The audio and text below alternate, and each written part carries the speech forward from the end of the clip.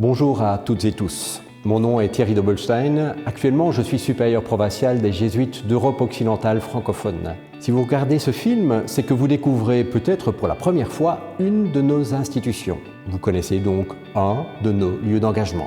Mais comme vous pouvez vous en douter, nous agissons dans bien d'autres lieux. Avec cette vidéo, je vous propose donc de comprendre qui nous sommes et ce que nous faisons. Et cela en seulement quelques minutes. Un fameux défi. Et pour cela, je donne la parole à ceux qui font la Compagnie de Jésus, mes compagnons jésuites.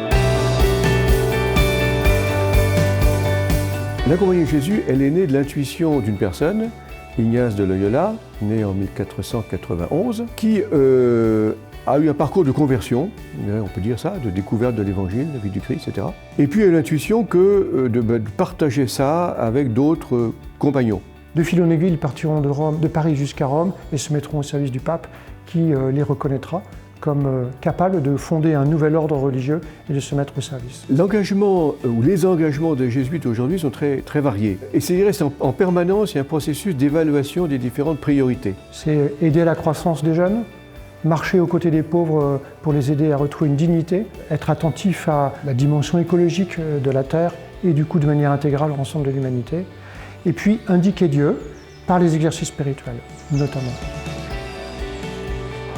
Alors, les fameux exercices spirituels de Saint Ignace de Loyola, il y a une manière disons, traditionnelle de les offrir dans un centre comme celui-ci, le centre spirituel Morez à Clamart, où les gens viennent se retirer, se mettre à l'écart pendant 3 jours, 5 jours, 8 jours, 10 jours et même jusqu'à 30 jours. Ils seront accompagnés spirituellement par un homme ou une femme qui était formé à cela. Accompagner les exercices, c'est ça qui est central et c'est ça qui nous fait vivre. C'est plus peut-être une spiritualité, une manière d'être, une manière de regarder le monde et de considérer Dieu, ainsi que nos contemporains bien sûr.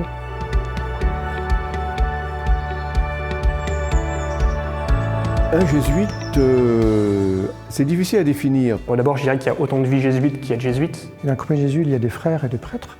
Donc on est d'abord des religieux, nous sommes un ordre masculin, mais effectivement nous sommes en relation avec beaucoup d'autres que nous-mêmes. Moi, ce que j'aime et ce qui me fait choisir ou continuer de choisir la compagnie, c'est aussi de voir des jeunes jésuites. Un jésuite, c'est un homme qui a une conscience de ses limites, de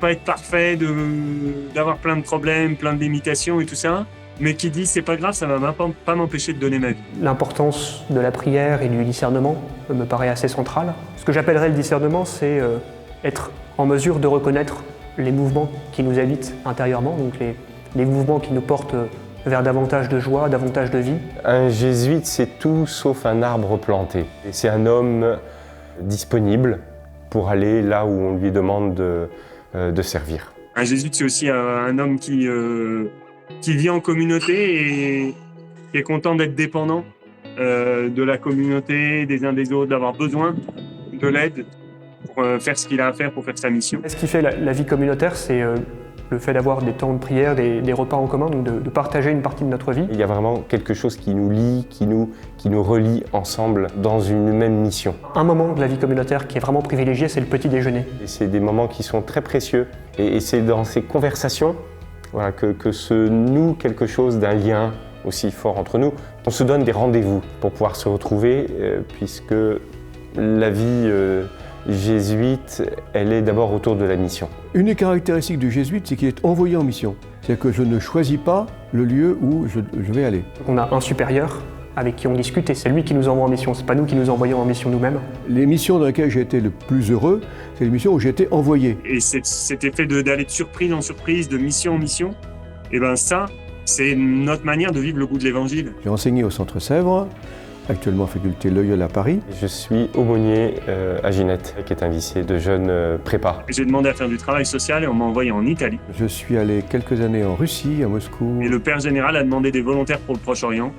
J'ai levé la main. Et puis j'ai été envoyé de manière surprenante comme responsable de la formation des jeunes jésuites pendant 2 ans à Lyon. Je me suis retrouvé un été en Syrie et 6 ans plus tard, je suis toujours là. Je suis envoyé à Lyon, au centre Laennec.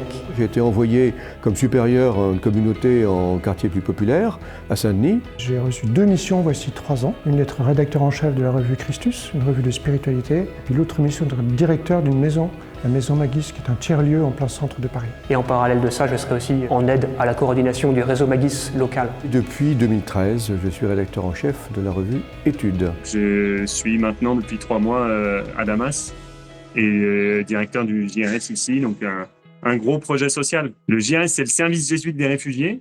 Le gros défi de la Syrie aujourd'hui, c'est qu'on est désespéré. Et une partie de mon job, c'est d'être désespéré avec les gens.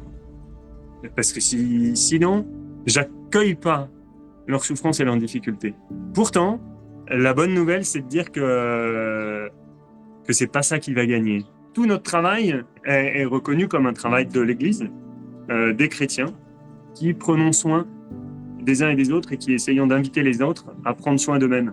Proposer les exercices spirituels, animer des communautés chrétiennes à travers le monde, aller vers les plus pauvres, vers les réfugiés, ou encore participer à la recherche théologique et philosophique via nos universités, nos différentes revues. Voilà le type de mission que les jésuites remplissent au quotidien. Mais historiquement, il y a un domaine où nous sommes particulièrement connus, c'est celui de l'éducation. Nous sommes en effet présents en Belgique francophone dans 10 établissements scolaires différents et en France dans 15 établissements.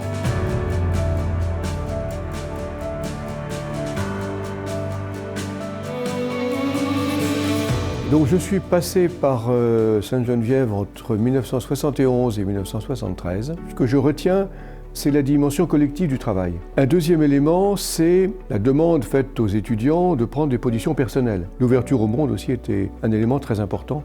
La pédagogie jésuite, je crois que c'est aussi de proposer une liberté. Parmi ces libertés, il y a la possibilité de faire des choix égoïstes. Et puis il y a la possibilité de dire non, mais en fait ma vie, elle a du sens si elle est donnée. Un ancien supérieur général des jésuites avait cette expression « le jésuite est un homme pour les autres ». En fait, c'est la manière d'être heureux, d'être pour les autres. Et aider les âmes, ça peut prendre de multiples formes. Moi j'ai été scout, voilà, toujours prêt.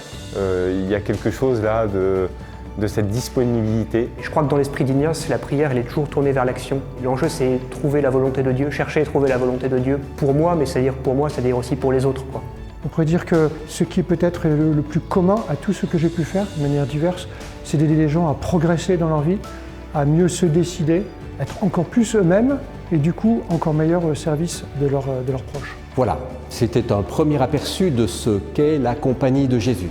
Vous côtoyez et rencontrez des jésuites, des amis de jésuites et la spiritualité ignatienne dans un lieu particulier, mais ne perdez pas de vue que ce lieu fait partie d'un réseau mondial, ouvert sur le monde et sur les autres.